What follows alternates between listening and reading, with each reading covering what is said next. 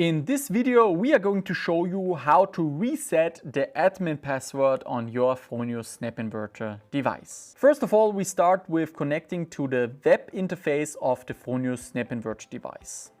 After that, you can click on Login, and therefore you can use down below the Forget Password function. When clicking this function, you can now reset your admin password for your own via Fronius SolarWeb. First of all, you select the user, and in our case we are selecting here the admin user. After that, you will receive the PIN for resetting the password, and we instantaneously copy this PIN with our laptop. After that, we are launching Fronius SolarWeb, and therefore we are changing the network to gain internet connection. After that, we access our Fronius SolarWeb system. Please log into your system, and first of all, make sure that you are the owner of your own PV system. To check these, you can go to Change Owner, and under Change Owner you can see the current owner. So this is now the email address which the owner of the PV system has. In this case, please make sure to be the owner of the PV system before resetting the admin password.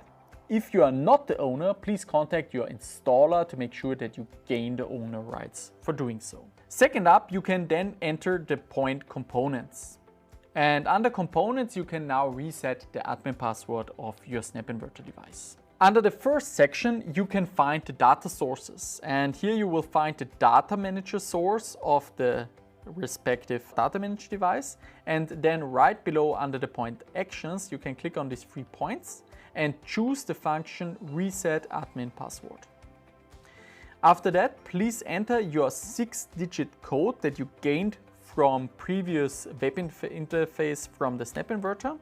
And when you have entered this PIN code, you can click on Generate and Copy, and the browser will now automatically copy you the so-called recovery key that we need for copying to the web interface of the SnapINverter.